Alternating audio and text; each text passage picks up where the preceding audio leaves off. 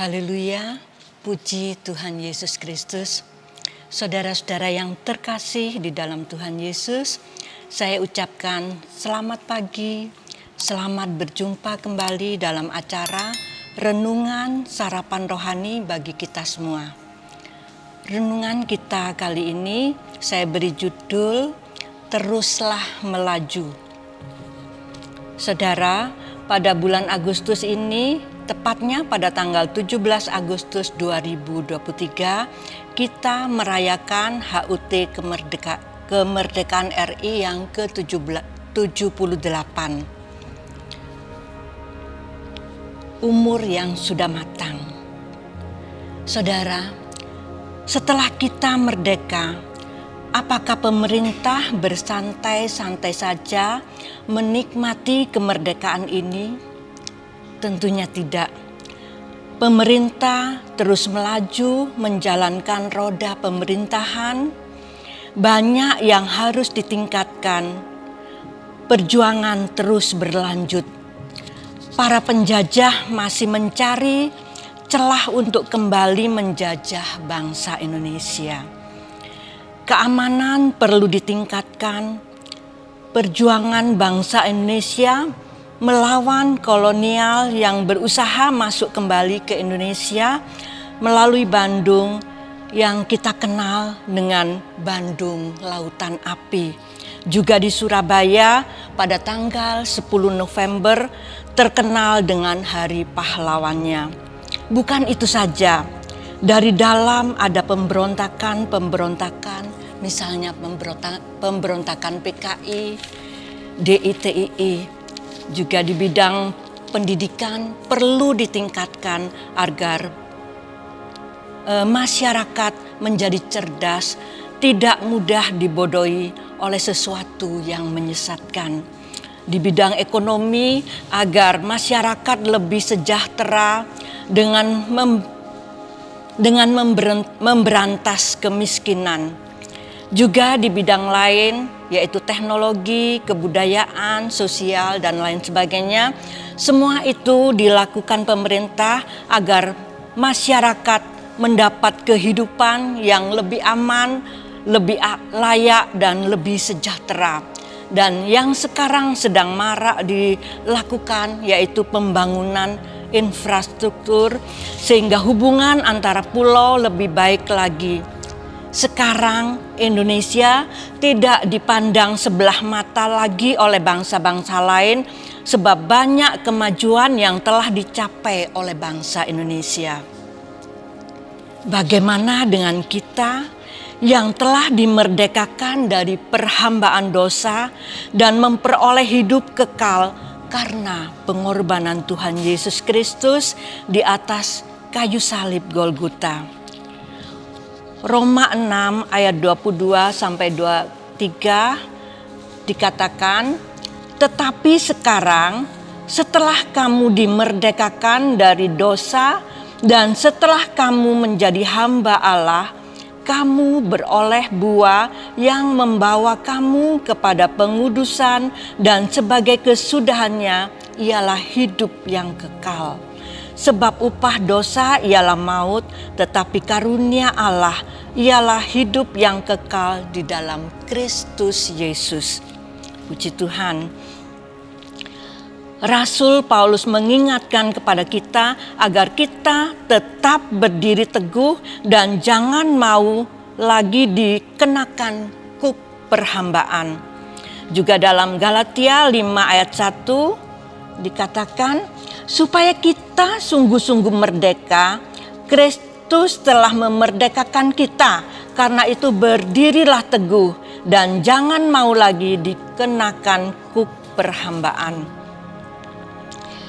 Kita telah merdeka dari perhambaan dosa karena pengorbanannya di atas kayu salib. Dengan mengambil alih dosa seluruh dunia ke dalam dirinya dan dibayar dengan penyalipannya, dosa saya, dosa saudara telah dibayar lunas dengan nyawanya. dan dengan kebangkitannya dia menang. Maut tidak dapat menguasai dia. 3 hari setelah kematiannya, Yesus bangkit.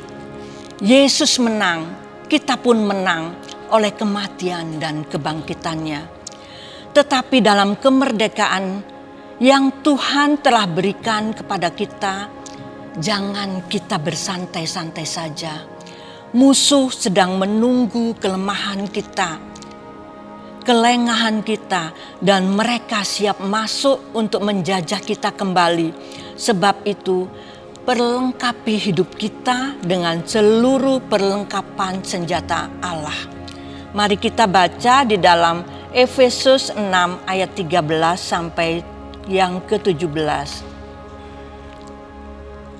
Sebab itu, ambillah seluruh perlengkapan senjata Allah supaya kamu dapat mengadakan perlawanan pada hari yang jahat itu dan tetap berdiri sesudah kamu menyelesaikan segala sesuatu.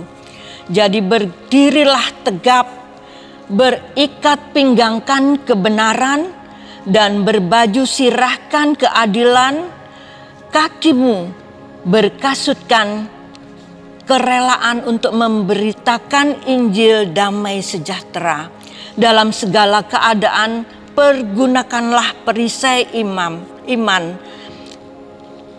Dengan perisai itu kamu akan memadamkan semua panah api si jahat. Dan terimalah ketopong keselamatan dan pedang roh, yaitu firman Allah. Itulah perlengkapan senjata Allah. Tetap waspada. Iblis mengincar kita seperti singa yang mengaum-ngaum mencari mangsanya yang sedang lengah. Dari luar, iblis dan pasukannya ingin menarik kita lagi menjadi hambanya dengan kelicikan-kelicikannya dan penyesatan-penyesatannya. Ingatlah bagaimana Adam dan Hawa jatuh ke dalam dosa. Iblis memakai firman Allah serta memutarbalikkan firman itu sehingga Adam dan Hawa terkecoh dan jatuh ke dalam dosa. Kita perlu perlengkapan senjata Allah, pemahaman akan firman Tuhan dengan benar, dan kita aktifkan Roh Kudus yang Tuhan taruh di dalam diri kita. Dengan Roh Kudus itu kita dapat diingatkan akan seluruh kebenaran Allah, melawan tipu daya iblis dengan kuasa Tuhan yang Tuhan sudah berikan kepada kita sebagai anak-anaknya yang terkasih. Musuh kita yang berikutnya adalah dunia dengan segala keindahannya, dengan kemewahannya dan dengan kemuliaannya. Jangan tergoda oleh nafsu-nafsu dunia yang akan merusak iman percaya kita kepada Tuhan. Misalnya kita ingin kedudukan yang tinggi dengan segala macam cara yang tidak selaras dengan kehendak Tuhan. Kita ingin cepat menjadi kaya dengan melakukan nilai-nilai yang bertentangan dengan firman Tuhan. Atau kita ingin menjadi terkenal, mempunyai nama baik, sehingga nama Tuhan yang seharusnya kita junjung tinggi digantikan dengan nama baik kita. Kita lawan semua itu dengan seluruh perlengkapan senjata Allah.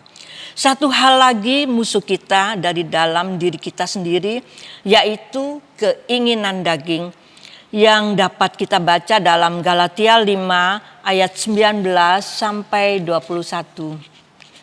Galatia 5 ayat 19 sampai 21.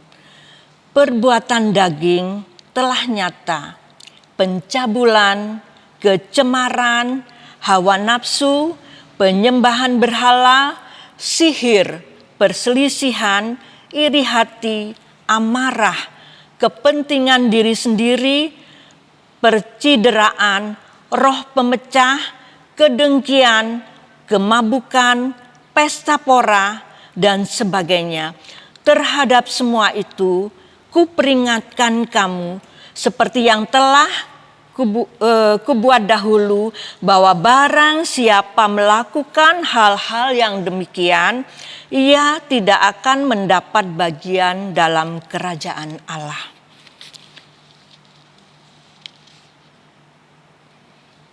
Kita dapat melawannya dengan mengaktifkan peran Roh Kudus yang Tuhan taruh di dalam hati kita.